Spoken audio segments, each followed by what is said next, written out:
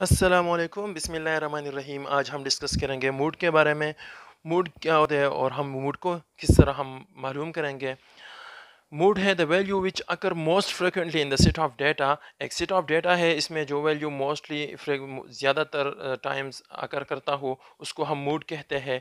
और मूड हम मालूम करते हैं, किस तरह मालूम करते हैं। तो हमारे पास दो किस्म के हैं। एक होता है in case of discrete frequency distribution, वो डेटा जिसमें डिस्क्रीट किस्म का डेटा हो और जो कंटिन्यूस वेरिएबल हो। दूसरा the frequency distribution of a continuous variable. तो पहले बात करते हैं डिस्क्रीट फ्रीक्वेंसी डिस्ट्रीब्यूशन की। तो इससे पहले मैं आपको बताता हूँ कि मूड की ज़रूरत हमें क्यों पड़ती है। फॉर एग्ज़ाम्पल, एक कंपनी है, शूज़ कंपनी है, वो सेल्स करते हैं मुख्तलिफ साइज़ की शूज़। और बाद में फिर उस जो कंपनी का मैनेजर है वो डेटा चाहता है कि कौन सी साइज़ की शूज़ जो है इसी महीने में ज़्यादा जो है इसकी सेल हुई है। तो जिस तरह जिस साइज़ की ज़्यादा सेल हुई है, तो इसके फिर उसको वो ज़्यादा इसकी डिमांड ज़्यादा होगी। तो इसको मालूम करने के लिए फिर उसको वैल्यू के वो मूड मालूम करेंगे, यानी जो साइज़ ज़्यादातर सेल हो चुका है तो मोस्ट फ्रिक्वेंटली आकर होता है, तो इसका मूड होता है।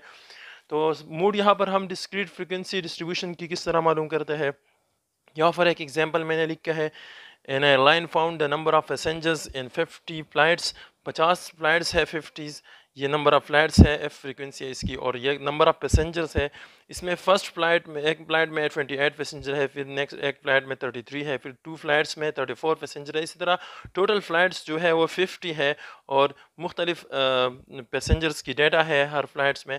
तो यहाँ पर हमारे पास जो हम इसकी मूड मालूम करना चाहते हैं, तो किस तरह मालूम करेंगे। इसमें हम हमारे पास जो सबसे हाईएस्ट फ्रिक्वेंसी है उसको हम नोट करेंगे इस डेटा में। इसमें नंबर ऑफ़ फ्लाइट्स में जो फ्रिक्वेंसी है इसकी सबसे हाईएस्ट नंबर जो है वो 13 है। तो इस हाईएस्ट फ्रिक्वेंसी के अगेंस्ट, यहाँ पर मैंने लिखा है highest frequency equal to 13। Highest frequency के अगेंस्ट जो एक्स की वैल्यू है वो 38 और 39 है। तो यहाँ पर 39 जो है ये हाईएस्ट फ्रिक्वेंसी की अगेंस्ट जो एक्स की वैल्यू है वो क्या है, 39। तो इसको हम मूड कंसीडर करेंगे। यहाँ पर मूड की जो वैल्यू है वो क्या है, 39 है। तो यहाँ पर जो एयरलाइन की जो एयरलाइन वाले हैं वो इसी तरह जो मैक्सिमम इसकी पैसेंजर्स है वो इस तरह 13 फ्लाइट्स में 39 पैसेंजर्स गए हैं। तो इसके लिए एक फ़्लाइट्स की बंदोबस्त करेंगे जिसमें मैक्सिमम 39 या 40 पैसेंजर्स आते हैं। तो एजिली हो इसको आसानी से फिर इस पैसेंजर्स को एक ही फ्लाइट्स में ले जाएंगे। यहाँ पर हमारे पास इसकी मूड की आंसर क्या है, 39 है। अब जाते हैं कंटिन्यूस वेरिएबल की तरफ। Frequency distribution of a continuous variable में हम मूड की वैल्यू किस तरह मालूम करेंगे। अच्छा, ये मैंने लिखा है mood in case of a continuous variable. Continuous variable में हमारे पास ये एक फार्मूला है, इसको मालूम करने का इस फार्मूले को नोट करना पड़ेगा। x equal to L plus F M minus F one divided by F M minus F one plus F M minus F two multiplied by H. अब ये एल क्या है, एफ एम क्या है, एफ वन, और इसको एक एक यहाँ पर मैंने लिखा है L equal to lower class of the boundary of the modal class.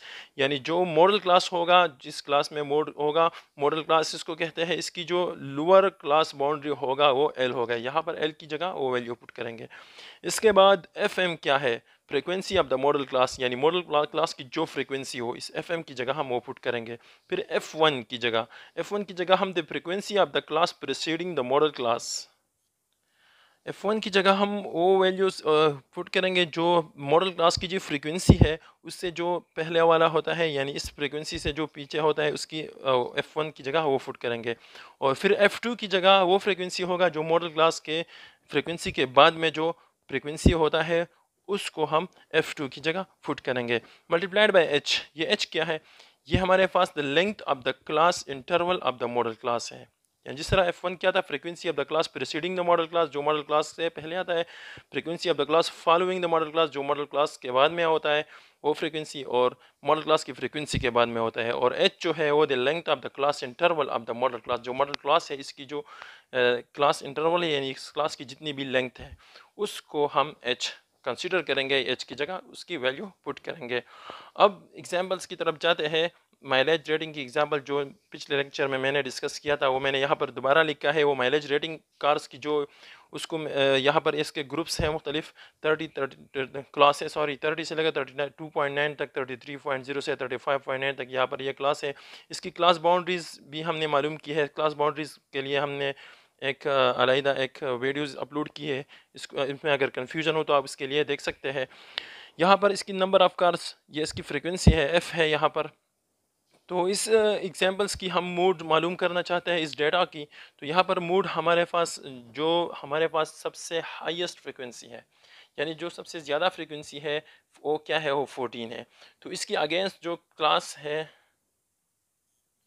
इसके अगेंस्ट जो क्लास है वो है ये क्लास बाउंड्री 35.95 से 38.95 तक। ये हमारे पास हो गया एफएम, यानी जो मॉडल क्लास की फ्रीक्वेंसी, और ये बन गया हमारे पास मॉडल क्लास। यह मैंने लिखा है मॉडल क्लास इक्वल टू 35.95 से लेकर 38.95 तक, यह है मॉडल क्लास। और इसकी जो फ्रीक्वेंसी है इसको हम एफएम कहते हैं। यह है मॉडल क्लास की फ्रीक्वेंसी। अब जो F1 था वो प्रीसीडिंग, जिस तरह मैंने लिखा था F1 equal to frequency of the class preceding the modal class, वो मॉडल क्लास की जो फ्रीक्वेंसी है इससे जो पहले वाला होता है ये F1 है।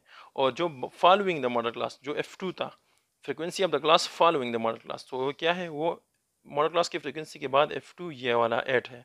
तो इन वैल्यूज़ को हम उठाते हैं, उधर फार्मूले में फुट करते हैं, और एक हमारे पास h था जो length of the modal class थी, यानी 35.95 से लेकर 38.95 तक। देखिए इसमें इसकी जो लेंथ है 35 से लेकर 36.95, 37.95, फिर 38 है, तो 3 बनता है। यहाँ से लेकर यहाँ तक इसकी लेंथ कितनी है, 3 है।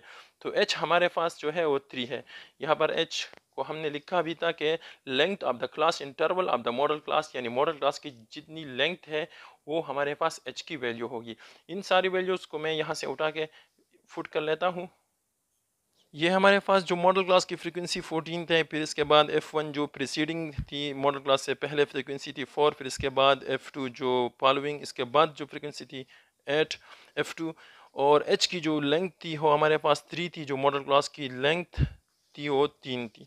तो इन सारों को यहाँ पर इस मोड के फार्मूले में हम, यह फार्मूला है L plus F M minus F1 divided by F M minus F1 plus F M minus F2 multiplied by H। इसको वैल्यूज़ पुट करने के बाद जो L है लोअर क्लास, L क्या है इसमें,